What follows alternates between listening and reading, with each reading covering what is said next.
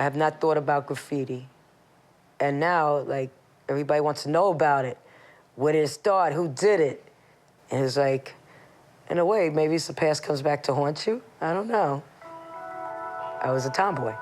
I think I put my first tag on a train going downtown to school. And I did it because I could do it, you know? If they could tag, I could tag. It started out as fun. It was something to do besides just sitting on a stoop bored. Washing ice. This is where the movement kind of started. This is the mecca. Working class people, mostly cliques of kids, gangs, roaming around having fun. Trying to be the cool kids in the block, the one who could play hooky the most and just leave girls and try to get things going. We were young. It was fun. You could be on the basketball team, you could be in a gang, or you could go out here and write on the walls. I can't say politics were involved. We were too young and self-absorbed. For me, it was nothing political. I understand it was the Vietnam War and all that. To me, it was an expression. I thought I was Rocky 184, and I'm doing it. We were not writing to make any political point at all. We were just vandals. Graffiti is the largest art movement in the world, a global phenomena that can be seen on the walls of every major city. However, graffiti is no longer relegated to the streets and has made its way into galleries and museums around the world. It can also be found on commercial products, from T-shirts to automobiles. And many of the world's biggest brands commission graffiti artists to create special products or design marketing campaigns. There is even an industry dedicated to the production of graffiti supplies, which generates millions of dollars each year. But there was a time before graffiti, a time when marker tags and spray-painted murals did not exist. There was a time when the walls were bare, the tile was clean, and lampposts were just lampposts. Well, these are my tools of the trade, where I first started out with. But these are not the original ones like these. This is from probably 1971, 72, I would say.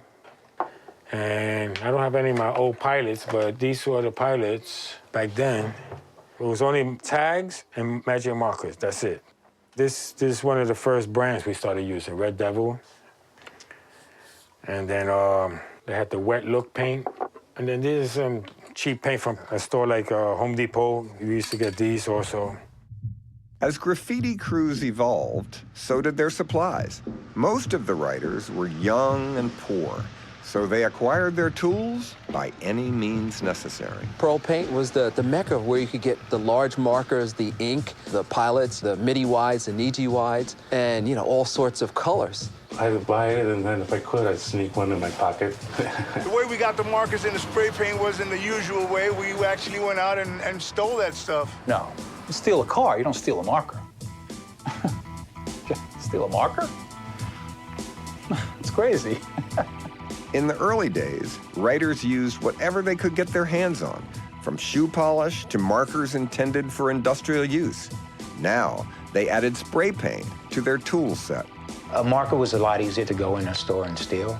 Spray paint now puts you in a different division. Long trench coats, you put your hands in, you could take your hands out. So you could take cans of spray paint and fill them in. They write their name around so they could be known, and it don't make no kind of sense. They want to be known, they don't have to spread their name around, you know? So they really, you think they're trying to be famous? Yeah. Yeah. Do you think it works? Yeah, I think it works. Yeah. What do you use? You use spray paint cans? Who, me? Well, anyone who does. Yeah, they use spray paint cans. Or magic markers. Magic markers? Or shoe polish. Or what? Or shoe polish. Now, you seem to know. Are you an expert? Yeah. We were like the celebrities, and if I hit a big, clean wall, 30 names would follow. Names tended to be clustered. If you wrote underneath a wall, the next guy wouldn't write around the corner. He would probably write right next to you. And they became bigger, they became more daring, and I was really amazed at some of the feats that some of these kids. The more dangerous the situation was, the more your name will be recognized. It was a sign of the times. It was a sign of our youth, our lack of funds, and possibly the lack of paternal guidance. We didn't care about people, what they would say to us. You know, actually, some of us wanted to be seen doing it. We were trying to get that reputation that, you know, oh my God, there's Henry 161 writing his name again, or Mike 171. We were very, very reckless in the way we did it. See, but my shit was hit and run. Hit and run. See, these fucking guys later on, they had all the time in the world. Go at nighttime, take their time and shit, you know? A lot of the times I was hitting this fucking subway, motherfucker be moving, I was hitting the motherfucker, you know what I'm saying? And the girls just pulled this shit out and started tagging from everybody. But I felt that the women that were out there writing, whether it be Eve 62, Barbara 62, Michelle 62, Charmin 65, S-Pat, Rocky 184, you know, they had a lot more balls than a lot of guys had. When I was doing it, I was the only female that I knew about. And as I faded out, Barbara 62 was all over. Her crime partner was Eva 62. You wouldn't see one name without seeing the other. My first impression of other writers and why they were writing and it was getting more popular was like people were angry. We wanted to be known. That's why we wrote our names. Anybody writing name like Marty was here, 69, or Joe was here, 72. He wanted to be known, he was there. But we did it in a different way. We wrote our street numbers. We didn't really realize that we were developing a style that nobody's ever done before, that would blossom into more graffiti. Seeing numbers behind tags started from the beginning. You see Tacky 183, I started writing Snake 188. It was just as simple as possible where you could read it. I used to write Snake 1, King of all snakes, because there were too many snakes around and I couldn't take it. And one time I went to Snakes 2 train station, 145th Street on number 1 line. We were good friends. We went to junior high school together. But I went to where he lived, and I wrote on his subway wall, Snake 1, King of all snakes. You dig? You got that, George? His name is George. There was a time on the New York subways when, without a newspaper, you could ponder the advertisements. Well, you can still ponder them, but you can hardly read them because of the graffiti covering them.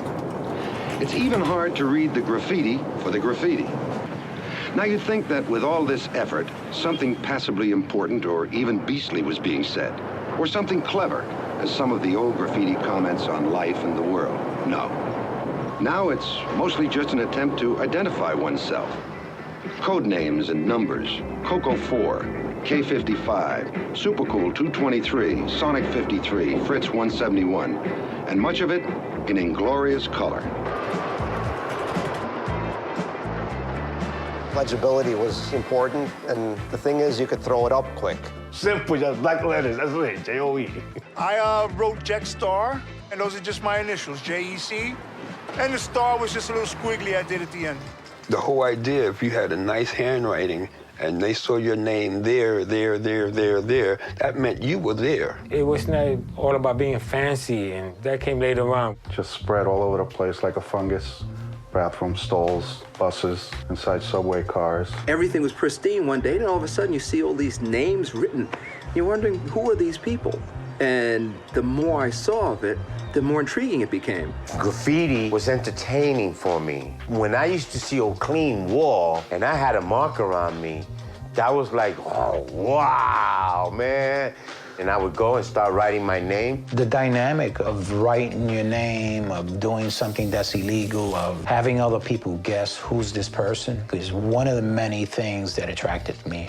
We noticed that everybody was talking about Friendly Freddy, Fantastic Eddie, Super Goldie. And then me and my guys, we wanted the girls to gush over us as well. At the time, I didn't really think that it was illegal.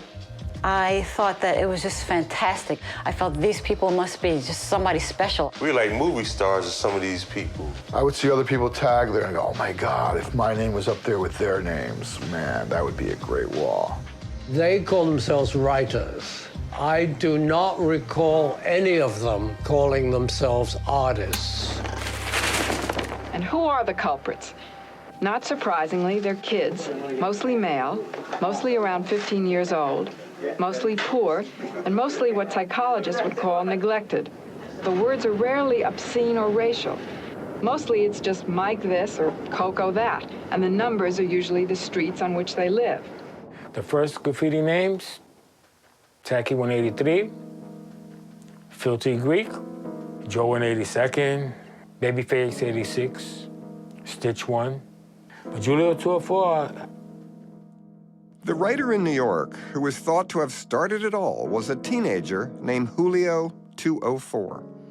Most writers count him as their first influence, but few actually knew him.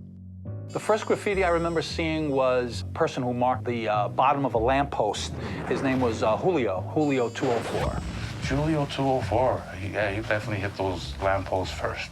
Julio came out of the blue. We started seeing about 1967. It was nothing in big size. It was just noticeable because there was nothing else up on the walls. And nobody really knew what it was. We thought something was going to happen on July 20th at 4 o'clock. Then we realized there's a guy going around writing his name and his street number. Julio was a little Colombian guy. He said, yeah, I could put Julio on there, but it's no big deal, so I'm going to make mine more known. So he started putting 204, so the girls or everybody would know who he was. Well, when I kept seeing his name, you know, you hear the mythology of him being perhaps a gang member.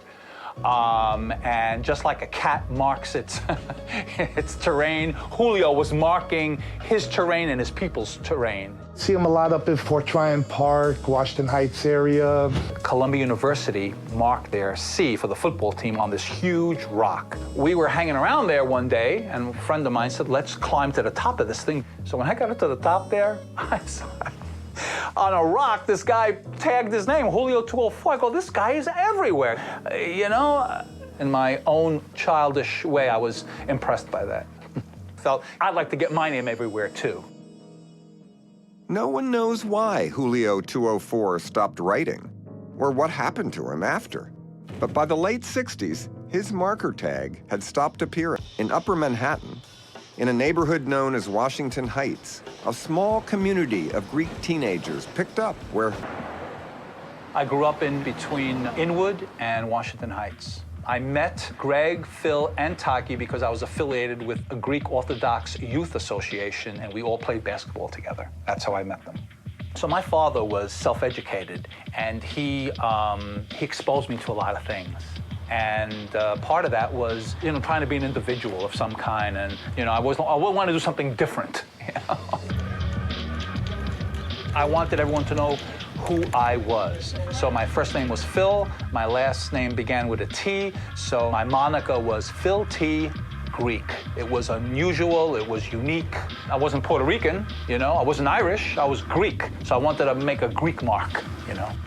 Julio 204 was very legible, and I wanted mine to be even more legible.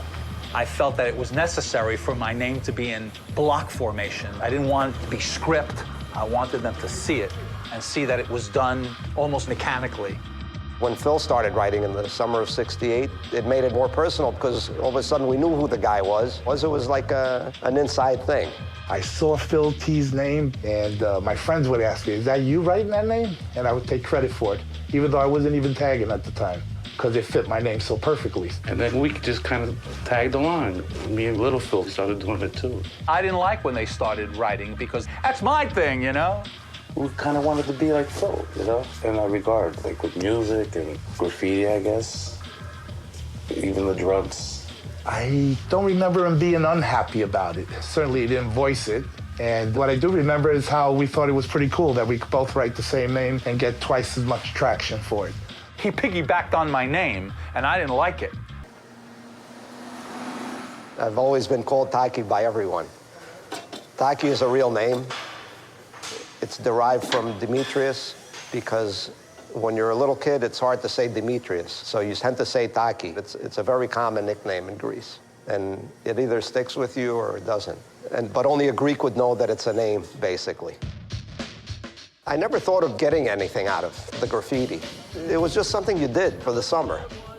I was either with Phil or Greg, and they were writing, and I said, oh, let me try that. And I just put Taki, and I said, oh, let me put 183, because they're putting the year, they're putting Greek. I'll just put the number, like Julio. The graffiti was also part of the friendship. I mean, it was the sports, it was the friendship. You moved as a group, so let's go up to the bus terminal. That had nice, smooth walls. We'd hang around the church steps, we'd hit the church steps. When we go to basketball games, we always carried a marker, because you got to tag along the way. It kind of, you marked your territory in a way. That I noticed and that I admired a lot, and it was Taki 183. Tacky was the top dog. Tacky took it to the max. I mean, I think this kid lived to write his name. We should start with marker, right? Because Tacky 183 started with marker. Then I seen him hate with paint. So, oh, look, no, it's not a bad idea. I didn't start it, but I was just the next urban legend and remained a mystery to the public at large until an enterprising reporter from the New York Times tracked him down. In early '71, I was impressed by an article in the New York Times about Tacky 183 being the first of a new type of graffiti writer. Tacky 183 spawns pen pals. When this was published, we really saw that it was becoming a citywide news, and it was a good story for a slow news day. The Tacky article gave what we were doing credibility, because now we knew we were being noticed. I didn't have any hesitation about speaking to the Times, because basically it was all a goof to begin with, and over here you got this legitimate paper interviewing you. You know, they interview Kissinger and they're interviewing me. You know, how ridiculous can it get?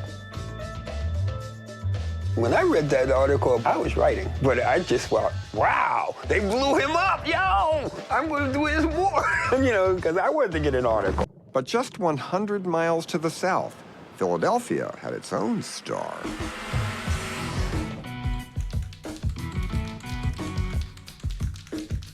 I was established in 1965 at a reform school, and Mr. Swanson, who was the head cook, used to always prepare white bread with our meals. I used to always remember how my grandma used to bake cornbread. So I used to get out of line and go in the back and say, Mr. Swanson, how come you don't serve cornbread on a menu?